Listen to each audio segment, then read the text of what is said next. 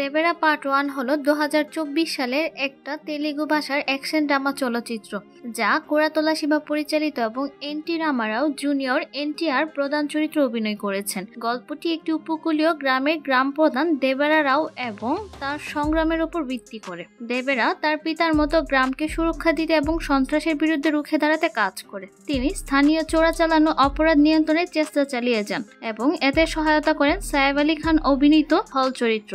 এই চলচ্চিত্রটি 1985 সালে করমচিদু হত্যাকাণ্ডের সত্য ঘটনার অনুপ্রেরণায় তৈরি হয়েছে, যেখানে একটি নিপীড়িত সম্প্রদায়ের বিরুদ্ধে নিষ্ঠুর সহিংসতা চালানো হয়েছিল। মুভিটিতে দেবেরার সংগ্রাম এবং সমাজে ন্যায় বিচার প্রতিষ্ঠার লড়াই ফুটে উঠেছে, যেখানে জুনিয়র এনটিআর এবং সাইফ আলী খানের শক্তিশালী পারফরমেন্স উল্লেখযোগ্য।